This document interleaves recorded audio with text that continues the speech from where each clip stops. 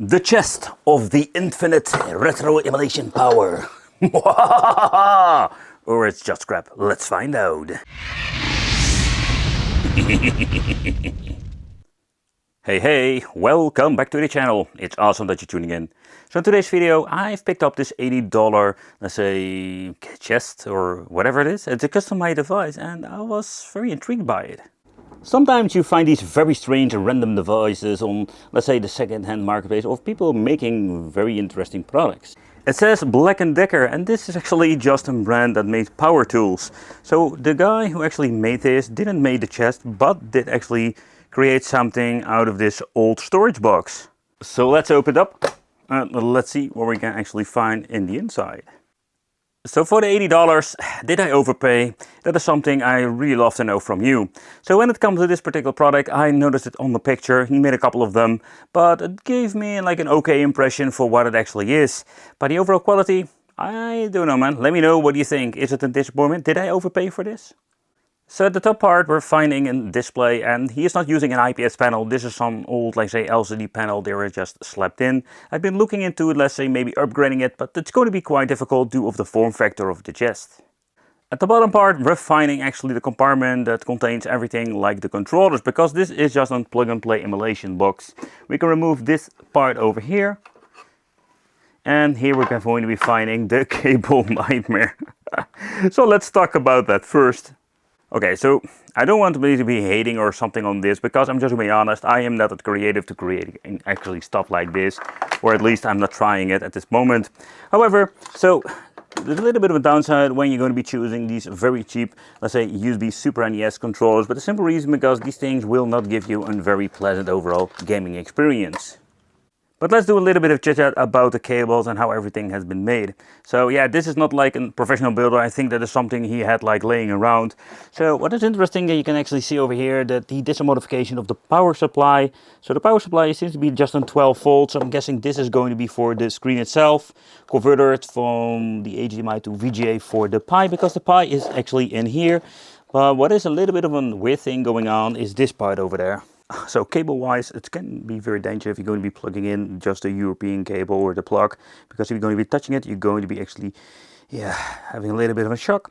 But overall, when you're going to be looking at this compartment over here, he actually like slapped everything together. So yeah, are they not using this normally in the outside in your garden? Okay.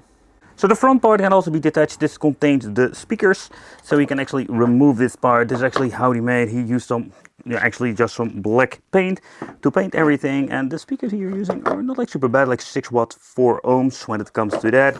So yeah, this is one of those many things he implemented. He just put some connectors on there.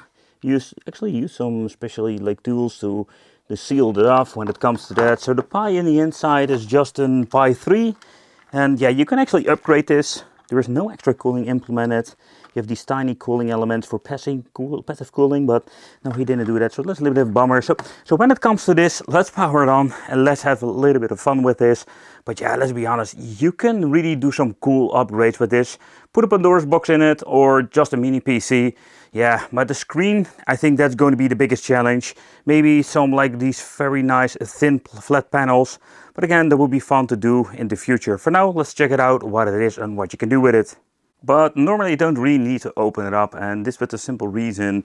So let's close it and let's actually slide it away. And if you're going to be looking at the back position over here, we can see all of the connections. So we're having in there an USB, so we're going to be plugging in the controllers there. So here we can turn it on and off and plug in the power supply. Yeah, and of course there's no HDMI out because this thing already has his own monitor. Okay, so let's power on the device itself. Let's see if there's something going to be happening. And there we go. So already mentioned it is that the screen itself is not the best screen.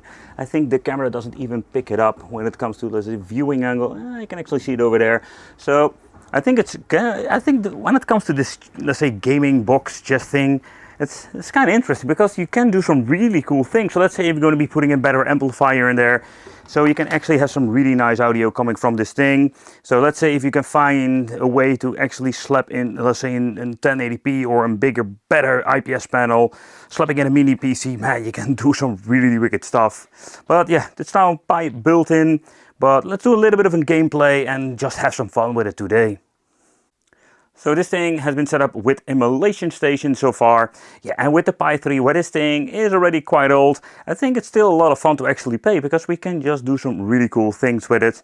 So let's see what is going on when it comes to, let's say, this particular device. So we're having over here the Atari, MAME, and 64. So yeah, this is not going to be running perfectly.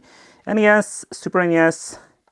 And that's actually it. There's nothing much in here. So that's a little bit of a disappointment when it comes to, let's say, the image. But, you know, if you're going to be slapping a better image in this thing, you can actually do some really cool things. So let's see what's in here. There's nothing much. We can just boot up the game and just have some fun. But let's have some fun and let's see what's going on. So emulation performance, you know, it's going to be fine with some old school games. I'm kind of surprised how good the D-pad actually works. Despite this really cheap Super NES knockoff controllers, not even a bit or some kind. Yeah, but so far everything seems to be working just fine. Come on, let's go, get it going. Oh! Oh, I messed up. Yeah, so image-wise there was nothing very special going on over here. We do have a couple of classics. So I think this will be absolutely great. There's a thing to upgrade the Pi that is in the inside. Oh, this thing doesn't even boot up. Oh man, these things are like so badly like it's configured. So let's do a little bit of an Arkanoid. Let's see if we can actually boot up something like that. Hello. Personally, I really hate it when you're going to be switching between those freaking like say menus. But this way we can actually like enjoy yourself the games. The audio quality is quite good when it comes to the tiny speakers that they are using. And you know, out of the box, it's absolutely not bad. And we can even add some more Sega stuff if you want to.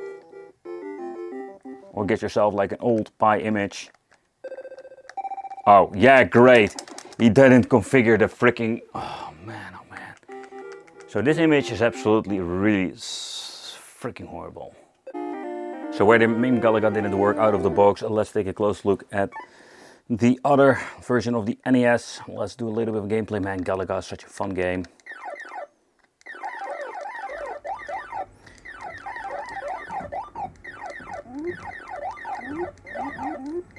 And if you want to reset the game, you can just select the start and we're going back to the other menu.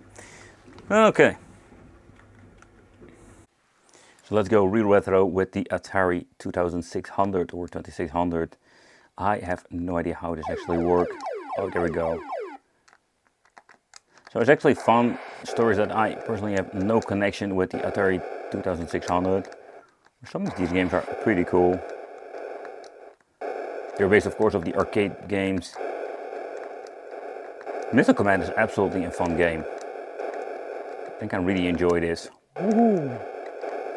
But playing more with this, let's say, portable device, I must say that I find a little bit of a downside that this cuts off the display itself, but out of the box I can live with it, you know, if you're going to be playing some old school games with this. This is just more than fine actually.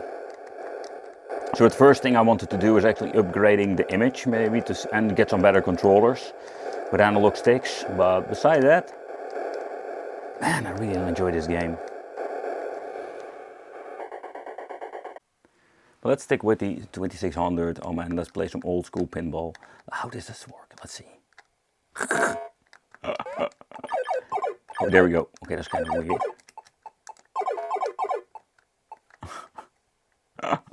So I think the first pinball game I ever played on the system was from the NES, and that one was quite good, but...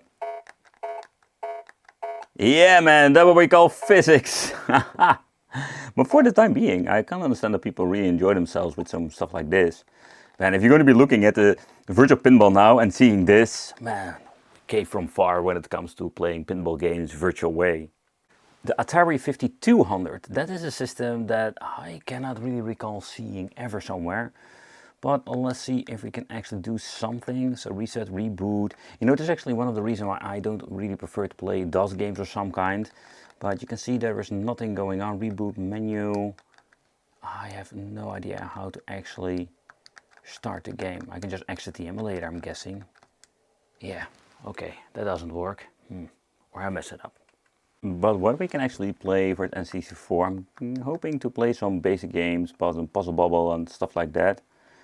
But the first thing I'm already noticing that there is no audio. So this emulator hasn't been set to the right audio channel. So you know the stuff that, man, just get, you know, I know there are like some modders out there giving you like really beautiful devices, and I think this is one of the things, like the software, man. There's so much stuff that is evolving for setting everything up, and I know I can actually fix it when it comes to playing these games. Did it just froze or what? Oh, it's just actually how the games go. But a little bit of downside, there was no audio, because so far I can see the overall, let's say, emulation is, yeah, it's just great when it comes to N64, some basic games. So if there is one pinball game that gets me really into, let's say, the nostalgia vibe, it's going to be this Super NES pinball game. I think it's Behind the Mask. Yeah, Super Pinball Behind the Mask. It's such an interesting game. I think it's just like the music inside of this game is so cool, you know? I can still remember actually owning this back in the day. You have like 3 pinball machines: Jolly Joker, Blackbeard, and Iron Man and the Wizard. Let's see, let's choose Blackbeard and the Wizard. But that menu sound is such a nostalgia vibe. But also like indie freaking pinball type. So you know, if you're going to be playing now virtual pinball with Pit and Popper and stuff like that, it's absolutely crazy. But this was just was like the real shit, you know. And graphical wise, it was quite good. The physics were not really there. But you know, it's absolutely great. Particularly when you look, just like listening to the audio. I really enjoy myself with some pinball machines there. And particularly I'm going to be playing some Space Cadet Adventures on the Windows XP, of course. And the pinball tables are pretty basic when it comes to that. So yeah, it's absolutely a lot of fun just enjoying this. And on the display itself, the aspect ratio is just perfect for old school retro gaming. But let me know in the comments, do I need to make an update video for you guys where I'm going to be upgrading this or just slapping a different image in? So with a different upgrade image with more games and different controllers, I think this can be a very cool thing to just put on the table and just play old school retro games in a retro gaming party.